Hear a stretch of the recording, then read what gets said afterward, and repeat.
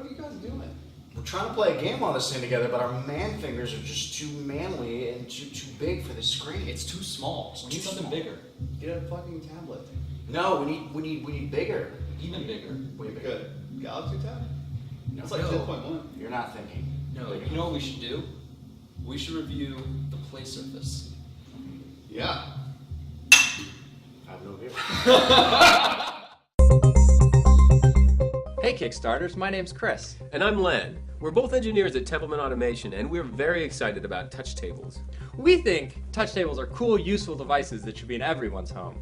Lots of people have touch devices like smartphones and tablets. But a touch table is a large format touch surface that can be used by multiple people all at once. We're not the only ones thinking touch tables are a cool idea. Microsoft has a touch surface, but it costs something like $8,000. Hackers on Nui Group have proved that you can create a touch table for a fraction of that cost that does about the same thing. There are two variations of our enclosure, short and tall. The short is meant to function as a coffee table, and the tall for standing. Let's look a little closer at what goes inside. The touch table chassis, legs, and top are made of wood, and the back is hinged. The top is a clear acrylic touch surface with a sheet of translucent plastic that catches the projected image. Inside there is a short-throw projector on an adjustable mount, a mirror, and a custom IR camera board, all on a central assembly we call the sled. Above that are infrared LEDs that make fingers and objects visible to the camera. The camera is attached to a processor board, and this is one of the key innovations of this Kickstarter. We call it the blob board. In a lot of touch table projects, webcam video is processed by the main computer. But we've found that this causes problems because it requires a newer, faster computer, which gets expensive. Otherwise, your games and other apps might slow down, and that's no good. So we're developing the blob board to act as a USB peripheral and do all the touch detection and localization separate from the main computer. Rad. We've got a ton of app and game ideas that we want to get out to people, but we're also really interested to see what other people will come up with, since the hardware and software are both open source. Another exciting thing is getting our touch tables out to classrooms. We're going to use some of the Kickstarter money to put touch tables in educational institutions. It's been really great to see our multi-touch services used by people that have trouble with a keyboard and mouse, like small kids and people with disabilities. The big thing is, we don't believe there's any other touch table out there that performs as well at this price. Thank you, Kickstarters!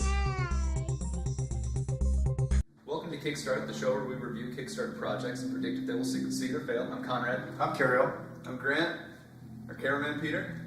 So today we're reviewing the play surface, and it wanted $40,000. They got $75,000. Grant, tell us about the rewards. Okay, so think about what's out there right now for these numbers, but like the original Microsoft Surface, like the table, not like the tablet that just came out, ran for about 12 grand. Like they said 7,000 in there, and I think the reason they said that was there's a new Surface coming out, or a new Microsoft table, I think is what they're calling it. Yeah.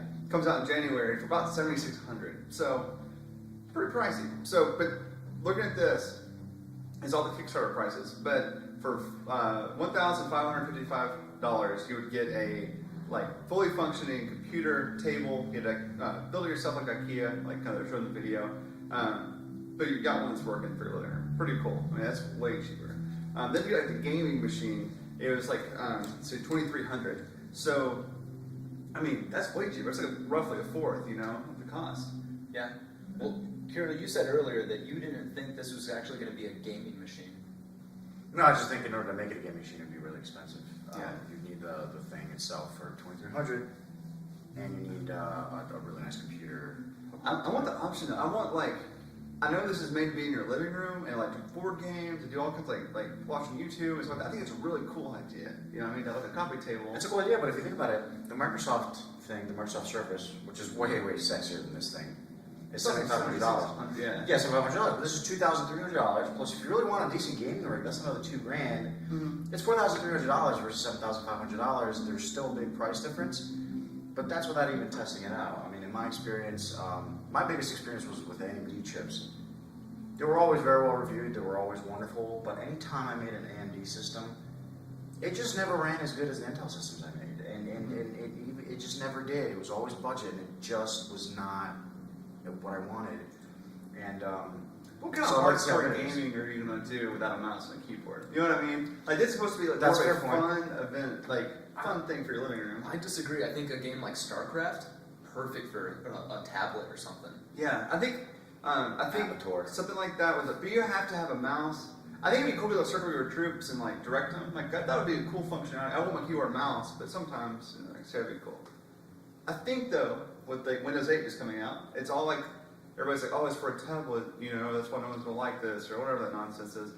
This is what it's built for. This is exactly what they built Windows 8 for. It's all like tiles and sliding, and it'd be balling. Like Windows 7 looked good on this, but Windows 8 would be interesting. Yeah. To see. So, I think we all like touchscreens, we all like tablets, we all like, our toys. Do we like having a coffee table that size? I do. Yeah? I do. I never seen a purpose in a tablet. I've tried to use them. I haven't tried the Surface out yet, but like the iPad, I thought it was really neat, really cool. $500 or $600. I'm not gonna get it. But this in your living room, that's balling. That's like a best second screen you possibly could have for your television ever. You know what I mean? You could have like, Yeah. I don't know. Kirill, what do you think? I think it's a great idea. The only problem is that they've kind of they really are a bunch of techies. You can tell because the thing looks awful. I mean, it looks terrible. If I would imagine this anywhere in this apartment that you have, it's a wonderful apartment. It would look like shit. It really would. It's just the design is horrendous. If you look at the Microsoft Surface, it's sleek, it's sexy. I could see it anywhere in this apartment. This thing would look at it. It's horrendous. It looks like it was built by goblins. What are you looking at? Wait, what are you looking at? The TV. They can't see the TV. Pan to the TV, please, Peter. No, I see what you're saying though. I see what you're Sorry. saying. Like it's I don't know. It's gonna be a very niche thing. I always think like the movies, like the war movies. When they're sitting, like all the generals are around this big table with like it's like a futuristic ones, So like a map, you have like this big table and like pointing at all this stuff. It'd be really cool. Well, they said one of their big funders was government funded projects, so I can definitely see why it would be useful there. But I don't think I would have this in my living room. I don't think I would use this ever. Really? Like, I like technology. I love having new computers. I love having a good phone. I love having tablets. But a coffee table size, I don't know if I'm going to use that. I don't think I would. I like tablets and stuff for on the go. But at my house, I want something like this. If I don't want to use my computer, I don't want to use my laptop, I don't want to use like a table like this instead of like an iPad. It just seems more functional. And the beer pong games seem to me like The beer pong games look like fun. Yeah. I think Guy Kawasaki would disagree with you, though. He was saying that he doesn't like the bigger iPads because if he falls asleep reading and he drops it on his face, the big one hurts. And that's very true. That's very, very true. Well, if this one falls on your drops, face, it's probably going to die. Right. Yeah, probably not. I think it's interesting that all the technology they put into it, like the blob board and stuff like that, all to get away from using a digitizer. And I think that's the main like cost part of the like the Microsoft table or whatever. So Definitely very innovative. yeah, very innovative. What else do you guys like about it?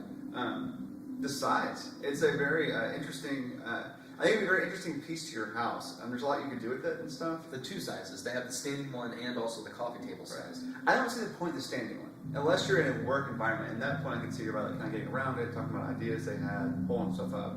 That makes a lot of sense. But for your house, the only one that really makes sense to me is the smaller table.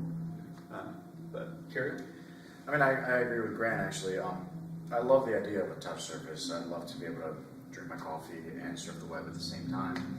I have no problem with the technology or the concept, but my only issue with these guys is it just looks so budgeted when I look at this, and I've just had such bad experiences trying to get cheap technology that I feel like this is something that I'll buy and be just extremely disappointed with. It seems like when it comes to technology like this and cool stuff like this, you almost have to go for top of the line. Yeah, you get what you pay for. You do get what you pay for, and hopefully it runs just as good as they say, but I just don't think it will. I've been hurt too much in the past. and I think a piece of tech like this isn't for like who's gonna go drop the money on something like this. I can see like building a gaming rig, like SWAT tip, like video editing gaming rig. Got that done. The tablet I get. I think if you're looking for a piece of furniture that's a piece of technology, you are like in a different bracket normally, or just a really big enthusiast, But Yeah, Totally. and you would just go for the Microsoft table. We think that's what it's called. Is that right? Microsoft table, something like that. Anyway, I'll look it up. You guys can Figure check it our out. lower third, and it'll tell you just how wrong we are. Yeah, absolutely.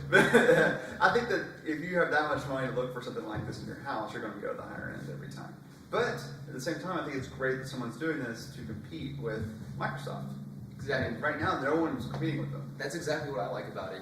For what it is perfect. It's innovative, it's cheap, it's functional, right? Very. So I guess Extremely. The only problem with this though, is like you have a digitizer. It just hit me. It knows like your pressure, your heat, and everything like that. And kind of like you try to use your cell phone with a pair of gloves. It doesn't know you're touching it. With this, you can't really lay papers and cups and stuff on there if you don't want those to be recognized while you're using it. Like if you're reading a paper down, throw your paper down on the table and start your play surface because it's going to recognize that paper laying on there. it's some kind of object sitting on the table, yeah. Right. Actually, there's another point you just made. Because of the way it works, any drawing applications will not be able to sense thickness of lines.